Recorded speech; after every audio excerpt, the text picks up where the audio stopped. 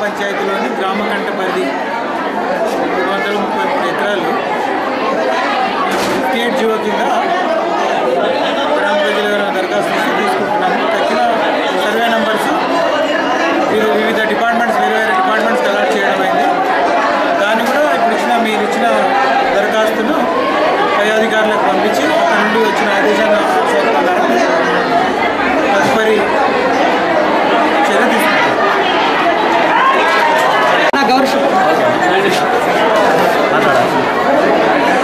తెలంగాణ ఉద్యమంలో 4.5 కోట్ల మంది ప్రజలు ముక్త కంఠంతో వాళ్ళు కోరుకొని వాళ్ళు పోరాటం చేసి సాధించుకున్నటువంటి తెలంగాణలో స్వయం పాలన అని చెప్పేసి రాజకీయ పార్టీలు చెప్పినాయి. మరి ముఖ్యంగా ఉద్యమ పార్టీగా చెప్పబడుతున్న టీఆర్ఎస్ అదే ప్రకటన మీద ఇవాళ అధికారంలోకి వచ్చింది. స్వయం పాలన అని చెప్పింది. ఇక్కడ జవహర్ నగరే కాదు మొత్తం తెలంగాణలో ఒక అస్పష్టమైనటువంటి జీవోని తీసుకొని వచ్చింది.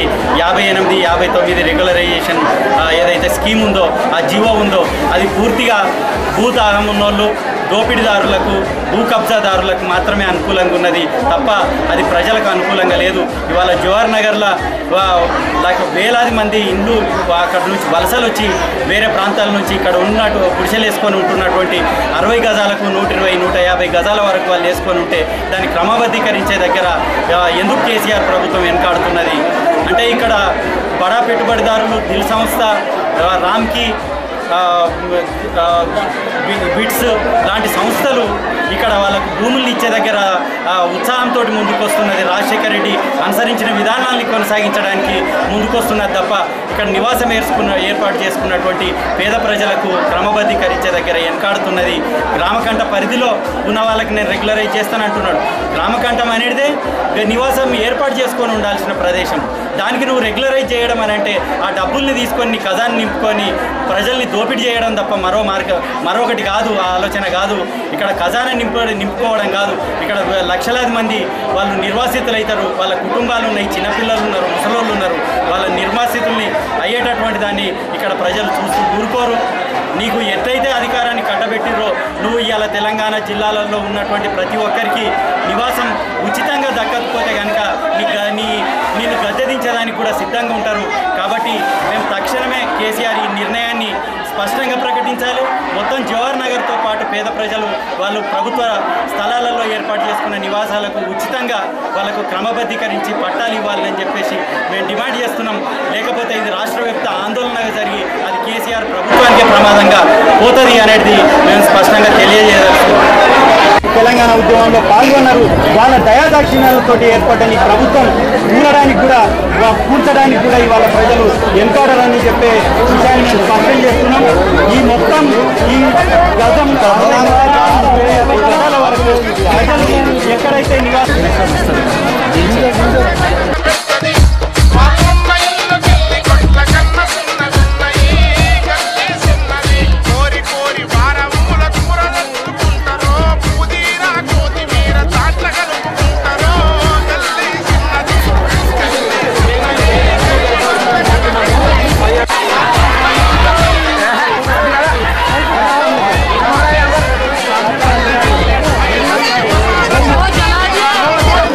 జవహర్నగర్ గ్రామ పంచాయతీ పరిధిలో నేడు జరుగుతున్నటువంటి ఈ రెగ్యులరేషన్ ప్రక్రియ స్టార్ట్ అయింది.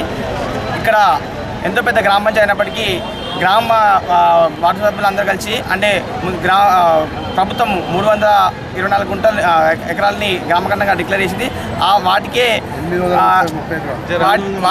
రెగ్యులేషన్ తీసుకుంటున్నారు. కాకపోతే ఇక్కడ ఉన్న అతిపెద్ద గ్రామ పంచాయతీ అందరికీ తీసుకోవాలని వార్డు మెంబర్లు అందరూ కూడా మిగతా వాటికి ఇంటి పన్ను తీసుకొని గ్రామఖండంగా డిక్లేర్ చేసిన వాటిని రెగ్యులేషన్ తీసుకోవాలని చెప్పి కోరుకున్నాము. అదేవిధంగా ఇప్పుడు ఇంటి పన్ను తీసుకుంటే కనుక మిగతా వాటికి వాళ్ళు నెక్స్ట్ దఫాలో కానీ లేదా ఫ్యూచర్లో కూడా వాళ్ళు కూడా రిజిస్ట్రేషన్ చేసుకొని రెగ్యులేషన్కి అప్లై చేసుకోవడం వీలుంటే కనుక మా జవహర్నగర్ వార్డు సభ్యులు అందరం కూడా గ్రామ పంచాయతీలో కానీ మరి మండలంలో కానీ ఎక్కడైనా సరే చేసింది ఏంటంటే జవహర్నగర్ గ్రామ పంచాయతీలో ఉన్న అన్ని ప్రాంతాలకు జీపీజీ నెంబర్ ఇచ్చిన నెంబర్ అన్నిటి కూడా సర్వేస్ అన్నిటి కూడా ఇంటి పన్ను తీసుకోవాలని గ్రామ పంచాయతీలో ముఖ్యమంత్రిగా అందరం నిర్ణయం చేశాము. దానికి గౌరవ ఎమ్మెల్యే గారు కూడా ఆమోదం తెలిపి మిగతా గుడిచవాసులకు కానీ మిగతా జీపీజీ నెంబర్ అందరికీ కూడా ఇంటి పన్ను తీసుకుంటామని ప్రస్తుతానికి ఈ దఫలో మన గవర్నమెంట్ నుంచి వస్తున్నటువంటి గ్రామఖండాన్ని ఆమోదించండి, దాని ద్వారా మన గ్రామాన్ని అభివృద్ధి చేసుకోవచ్చు వచ్చే నిధులతో అని చెప్పి అన్నారు కనుక మేము ఆ గ్రామఖండాన్ని యాక్సెప్ట్ చేశాము. అదేవిధంగా మరొక్కసారి మన మీడియా ద్వారా ప్రజలందరికీ కూడా తెలుపుతాం ఏంటంటే అందరికీ ఇంటి పన్నులు తీసుకొచ్చడం జరుగుతుంది. అది ఎందుకంటే ఎంఆర్ఓ గారికి మా సెక్రటరీ గారికి ఎమ్మెల్యే గారు చెప్తా అన్నారు. ఆ చెప్పడం జరిగింది. ఇప్పుడున్న ఈ బిజీ షెడ్యూల్ వల్ల ఈ రెగ్యులేషన్ రావడం వల్ల అది కొంచెము ఆలస్యమైన తప్పితే ఎలాంటిది లేదు. అందరికీ జవహర్నగర్లో ఉన్న ప్రతి ఒక్కరికి ఇంటి పన్ను తీసుకుంటారు. ఇంటి పన్ను తీసుకుని వారికి కూడా నెక్స్ట్ దఫాలో రెగ్యులేట్ చేసుకోవడానికి ఛాన్స్ ఉంటుంది కనుక ఎవ్వరు అపోహలకు లోన్ అవ్వకూడదు.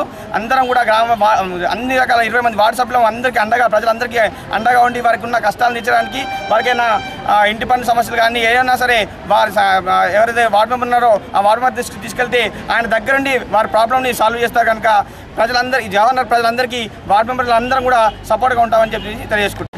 దాదాపు ఈ జవహర్ నగర్ ఏర్పడి దాదాపు 35-40 సంవత్సరాలు కావస్తుంది. మరి అప్పటి నుంచి కూడా నరసింహరావు అన్న ప్లస్ లీడర్ సాయిల్ అన్న మరి మల్లేష్ అన్న కూడా ఈ గ్రామం ఏర్పడడానికి ఎంతో కృషి చేసారు. మరి 1998లో దేవేందర్ గౌడ్ గ్రామకంఠం నిర్ణయించి 330 ఎకరాల పట్టాలు ఇచ్చిండు, బౌండరీ కూడా చేసిండు. దాన్నే ఇప్పుడు క్రమబద్ధీకరిస్తామనడం న్యాయం కాదు. ఇక్కడ ఉన్నటువంటి ప్రతి పేదవాడు గూడు కట్టుకున్నవానికి ప్రతి ఒక్కరికి కూడా క్రమబద్ధీకరించాలి. ఇక్కడ ఉన్నదంతా కూడా ప్రభుత్వ భూమే.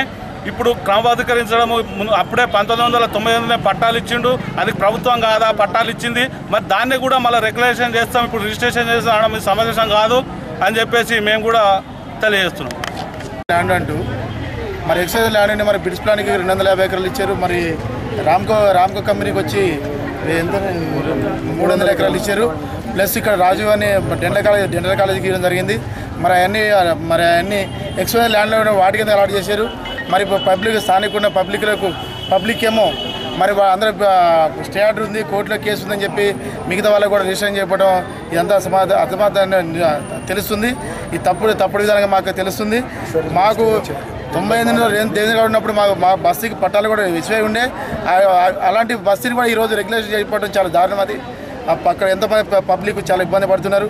ఇవన్నీ గవర్నమెంట్ దృష్టిలో ఉంచుకొని మరి ఎమ్మెల్యే కానీ మరి ఇక్కడ ఉన్న లీడర్ల స్థానికులు ఎవరైనా సరే దృష్టిలో ఉంచుకొని వీళ్ళందరూ సాయం చేయాలని మేము ముక్తఖండంగా కోరుచున్నాం. మన జవహర్నగర్ వచ్చేసి 6,000 ఎకరాలు,